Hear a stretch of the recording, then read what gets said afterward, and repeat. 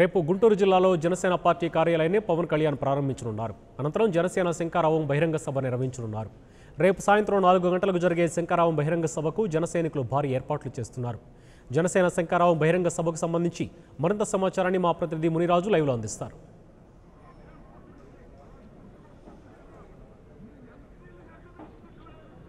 జనసేన తన ఎన్నికల శంఖారావాన్ని గుంటూరు నుంచి ప్రారంభించబోతుంది. ముఖ్యంగా గుంటూరు నగరంలోని ఎల్ఈఎం స్కూల్ గ్రౌండ్లో ఈ శంఖారావాన్ని జనసేనాని పవన్ కళ్యాణ్ ప్రారంభించబోతున్నారు. దీనికి సంబంధించి ప్రస్తుతం మనం ఎల్ఈఎం గ్రౌండ్లో ఉన్నాం. ఆ ఎల్ఈఎం గ్రౌండ్లో సభకు సంబంధించినటువంటి ఏర్పాట్లన్నీ చురుగ్గా సాగుతున్నాయి. ఇప్పటికే దీనికి సంబంధించినటువంటి వర్క్స్ మొదలయ్యాయి. ఈ వర్క్స్ అన్ని కూడా రేపు ఉదయం కల్లా పూర్తి స్థాయిలో కంప్లీట్ కాబోతున్నాయి. దీనికి సంబంధించి ఈ ఏర్పాట్లు, ఈ బహిరంగ సభకు సంబంధించిన ఏర్పాట్లను ఆ పార్టీ ప్రధాన కార్యదర్శి తోట చంద్రశేఖర్ పర్యవేక్షిస్తున్నారు. అలాగే ఇతర సీనియర్ నేతలంతా కూడా ఇక్కడ ఈ సభ ఏర్పాట్లను ముఖ్యంగా పర్యవేక్షిస్తున్నారు. ఎందుకంటే లక్షలాది మంది వచ్చే ఈ సభకు ఎటువంటి అవాంతరాలు కలగకుండా చూడాల్సిన బాధ్యత తమపై ఉందనేసి చెప్పి జన సైనికులంతా కూడా భావిస్తున్నారు. ముఖ్యంగా పార్టీ నాయకత్వం అంతా కూడా ఈ సభ పైన ప్రత్యేకంగా దృష్టి సారిస్తున్నారు. ఎందుకంటే ఎన్నికలు మరో 75 రోజుల్లో ఉన్న నేపథ్యంలో ప్రారంభించబోతున్నటువంటి శంఖారావానికి భారీ సంఖ్యలో జన సమీకరణ చేయడంతో పాటు యువత, ముఖ్యంగా యువత వస్తే ఎటువంటి అవాంతరాలు, ఇబ్బందులు కలగకుండా ఈ గ్రౌండ్స్లో ఎటువంటి చర్యలు తీసుకున్న దానిపై ఇప్పటికే పూర్తి స్థాయిలో నేతలంతా కూడా పర్యవేక్షించారు. దీనికి సంబంధించిన ఏర్పాట్లని పూర్తి స్థాయిలో చేపట్టారు. మరోవైపు ఈ ఏర్పాట్లన్నింటిని కూడా అనునిత్యం పర్యవేక్షిస్తూ పార్టీ కేంద్ర కార్యాలయంతో కూడా అనుసంధానించుకుని పూర్తి స్థాయిలో ఏర్పాట్లు చేస్తున్నారు. దీనికి సంబంధించి ప్రస్తుతం మనతో మాదాసు గంగాధర్ ఉన్నారు. ఆయన అడిగి మరిన్ని వివరాలు తెలుసుకుందాం. సార్, రేపు జరిగే జనసేనాని శంఖారావానికి సంబంధించి ఎటువంటి ఏర్పాట్లు చేస్తున్నారు, ఎంతమంది వస్తారనుకుంటున్నారు?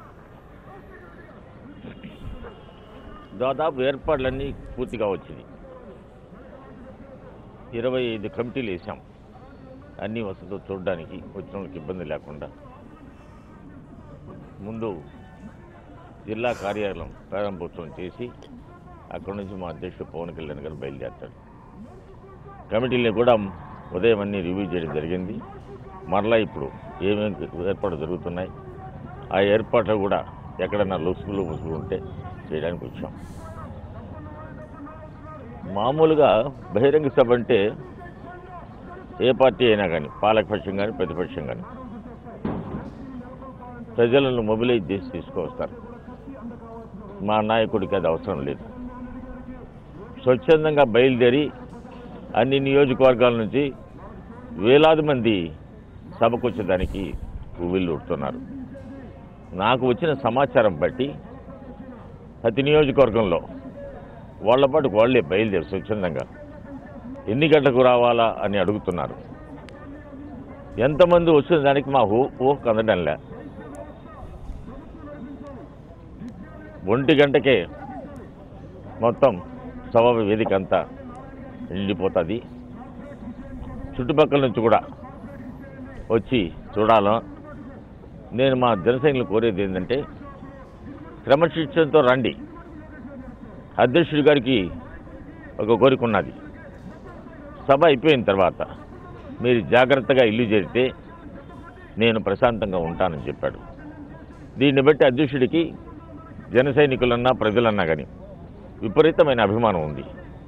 ఈ అభిమానాన్ని ఎప్పుడో ఒకసారి చిన్న సంఘటన జరిగితే రాత్రంతా ఆయన మీటింగ్ జరిగింది, కానీ అందరం కూర్చో ఉంటే మీటింగ్ బాగా జరిగింది, కానీ పోయే దారిలో ఏదో చిన్న సంఘటన జరిగింది. అది నా మనసు కలిసి వేసిందంటారు. ఎవరి పాటికి వాళ్ళు బయలుదేరి ఉత్సాహంగా వస్తున్నారు. ఆనాడు మార్చి 14వ తేదీ మహాసభ జరిగిన తర్వాత గుంటూరు జిల్లాలో జరగబోయే పెద్ద సభ ఇది. దాని ఏర్పాటు చూడడానికి నేను మా రాష్ట్ర కోఆర్డినేటర్స్ కన్వీనర్ చింతల పార్సాది గారు బయలుదేరి ఇక్కడికి వచ్చాం. ఉదయాన్నే సమీక్ష జరిగింది. మళ్ళీ ఇప్పుడు కాసేపు పర్టికులర్గా రేపు జరిగేటువంటి ఎన్నికల శంఖారావంలో ఏ అంశాలు పవన్ కళ్యాణ్ గారు ప్రత్యేకించి చెప్పే అవకాశం ఉంది? నిన్నటిదాకా జనసేన పార్టీ అదొక పార్టీనా, దానికి నాయకులు ఎవరున్నారు అనే విధంగా మాట్లాడారు. ఇప్పుడేమైపోయింది, ఊహాగానాలు. పాలకపక్షం మాతో పోతూ ప్రతిపక్షం మాతో పుట్టుందని చెప్పి ఊహాగానాలు ప్రజల్లోకి పంపిస్తూ ఉన్నాయి. ఇది తప్పుడు సంకేతం. ఒకటి మాత్రం మాకు ఆనందంగా ఉంది, మాకు బలం ఉండబట్టే మేము లేకపోతే ఏ పార్టీ కూడా మనుగడ లేదు అనే నిర్ణయానికి వాళ్ళు వచ్చినట్టుంది. మాకు జనంలో పలుకుబడి ఉంది, ప్రజల్లో పలుకుబడి ఉంది. నాయకులు లేదంటా ఉన్నారు, నాయకులు ఇక్కడి నుంచే తయారు చేస్తానన్నాడు. తన జన సైనికుల్లో నుంచే నాయకుడిని తయారు చేస్తాడు. నాయకుడు పుట్టినప్పుడే ఎప్పుడు నాయకుడు కాలేడు. కొన్ని పరిస్థితుల్లో నాయకత్వం వస్తుంది. అటువంటి నాయకత్వం గురించి మాకేమీ అనుమానం కూడా లేదు. మాకు నాయకులు వాళ్ళలో మా జన సైనికులలోనే నాయకులు వస్తారు. అంతేకాకుండా మా మేనిఫెస్టో చూసిన తర్వాత ప్రజల్లో కూడా ఒక విధమైన ఉత్సాహం వచ్చింది. రేషన్ షాపులో ముఖ్యంగా కొందరికి, కొన్ని వర్గాలకే రేషన్ కార్డులో బియ్యం ఇస్తూ ఉన్నారు, మిగతా పప్పులు దినుసులు ఇస్తూ ఉన్నారు. కొన్ని రోజులు అయిపోయేటప్పటికి అయిపోయినాయి, మళ్ళీ వస్తాయంటా ఉన్నారు. అట్లా కాకుండా 2500 నుంచి 3000 దాకా ఆ గృహిణికి అకౌంట్లో, బ్యాంక్ అకౌంట్లో డబ్బులు వేస్తాం. పేదలకు ఉచితంగా కావాల్సింది ఏంటంటే గ్యాస్ సిలిండర్. ఆ సిలిండరు ప్రతివాడికి కూడా, సామాన్యుడికి, మామూలు కర్షక కార్మికులకు కూడా ఆ గ్యాసు అవసరం ఉంది. ప్రతి ఇంట్లో కూడా ఇల్లాలు సుఖంగా ఉండాలంటే గ్యాస్ కావాలా.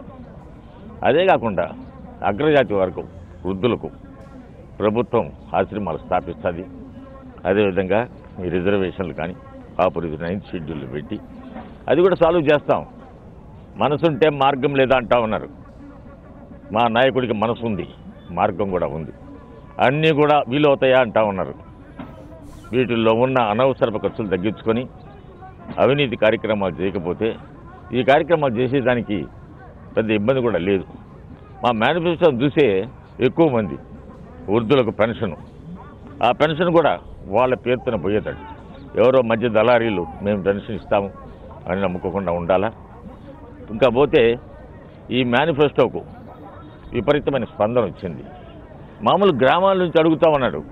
ఒక రిక్షా కార్మికుడు మేనిఫెస్టో వచ్చిన రోజు నాకు తెలియని కూడా తెలియదు, అనంతపూర్ అంట, ఆటో డ్రైవరు ఫోన్ చేసి, సార్ ఆయన కలకాలం ఉండాలా, ఎందుకని మీకు తెలుసా? నేను తెలియదు సార్, రేషన్ గురించి ఇంట్లో ఇస్తూ ఉంటా ఉన్నారు, డబ్బు ఇస్తానంటాం, గృహిణికి గ్యాస్ సిలిండర్ ఫ్రీగా ఇస్తామన్నారు, మాకు ఆశ్రమం కట్టిస్తా ఉన్నారు. అగ్రజాతి వాళ్ళకు కూడా, కేవలం బీసీలకు ఎస్సీలకి కాదు, అగ్రజాతి వర్గాల పేదవారు ఉంటే వాళ్ళకు సరైన సదుపాయాలు, వృద్ధాప్యంలో ఏమాత్రం కూడా వాళ్ళు గడిచిన సంసారాన్ని గుర్తు చేసుకుంటూ సమానంగా ఉండాలని కోరుకుంటున్నారు. For more updates, please subscribe 99 TV Telugu.